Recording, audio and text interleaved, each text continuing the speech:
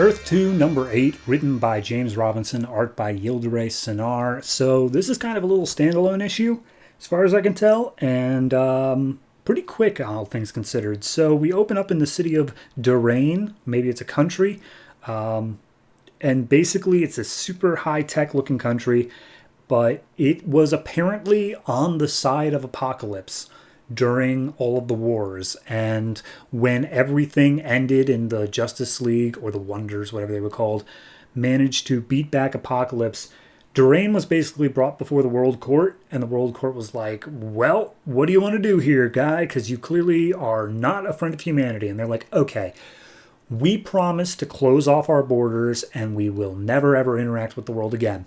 Sound good? And somehow that was okay with them. So they are a self-sustaining country. However, turns out that the leader, King Marov, Steppenwolf was left behind. He literally did not make it back through a boom tube to Apocalypse, and he's been living here in Durain this entire time. And they're good friends. They're sharing some champagne, and it's just like, yes, nice to have you here in my royal city, Steppenwolf. And Steppenwolf's like, hey, thank you for all the help during the invasion. Too bad it didn't quite work out. Anyway, this entire city is so high-tech because it is all this apocalyptic tech that is keeping things going. But it turns out that a bunch of the troops down below are like, hey, were you told that we're going to be attacking Steppenwolf, and they're going to use Steppenwolf as like a bargaining chip so that Durain can get back into the World Court again? And the troops like, yeah, I did hear that, and I'm not sure it's going to work because Steppenwolf's like really, really strong. But they're basically talking about this, and then out of the trees comes a whip that wraps around one of the troops' necks, and Steppenwolf's just like, by the way, King Marov, I know your plan. I know you were going to betray me, and as such, I'm going to go ahead and just take your throne.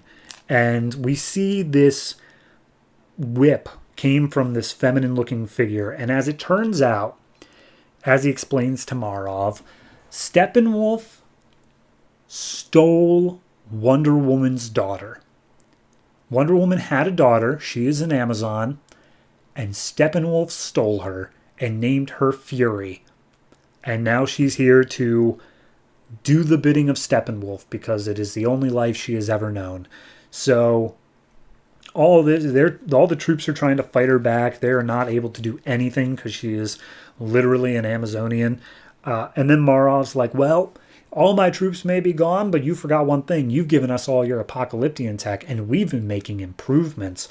And he activates this crazy Iron Man-looking armor, where a bunch of his other troops also have armor going on, and they all attack Steppenwolf to try to take him out. And Steppenwolf just pulls out his huge flaming axe, chops one of them in half, and be like, you ain't gonna be able to do nothing against me. And he goes after and attacks all of them. And he's like, I will have your throne, Marov. There has been a Marovian on the throne ever since the country's inception. I will be the one to destroy that because I am Steppenwolf and it's what I deserve. So he goes in, he attacks Marov. There's a shot of Fury going against the troops some more. And then a tank comes in with apocalyptic tech. She just goes up on top of it, pulls the gun with her whip, and flips the entire thing over her head. And before Marov is able to do anything, Fury literally drops the tank on all of his troops that had all the special armor. And so they're all gone. So it's just Marov against Steppenwolf. Steppenwolf throws his axe through Marov's chest and just cleaves him clean in half. And then he goes up in front of everyone who is in the country, and he's like, hey, here's the head of your leader. Now, here's the thing. Did your leader keep the wolves away? Did your leader manage to defend you throughout all of this? Did he manage to keep your country safe? Yes, he did. And I killed him. So now I will do those things. And so Fury basically raises up Steppenwolf's hand, says, long live the king, and everyone kneels before him. And the last page that we get here is Steppenwolf, 2 weeks later, he's like, yeah, I commissioned a statue so that they think that I actually felt bad about Marov.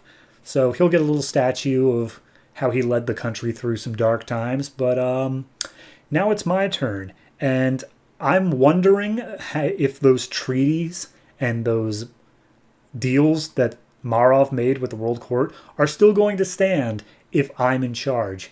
If they don't, we need to be ready. So that's that issue. It was good. It was a nice issue setting up. Okay, here's the guy who literally caused all the problems before. He's still around. He has this entire country at his disposal. He has Wonder Woman's daughter. It's setting up some very big bads, and I'm curious to see how it plays with them moving forward. But overall, I'd say this is probably like a 7.5, and the only reason that it is not an 8 is that it was literally just 2 parts. Talking at the beginning of just exposition of how Steppenwolf got here and what this country is, and then the fight scene that lasted the entire issue. There wasn't much to it. It's a very fast issue. Not bad, just not a lot to it. So give it the 7.5. Did enjoy the art, did enjoy the concepts. I just need a little bit more substance to give it anything higher.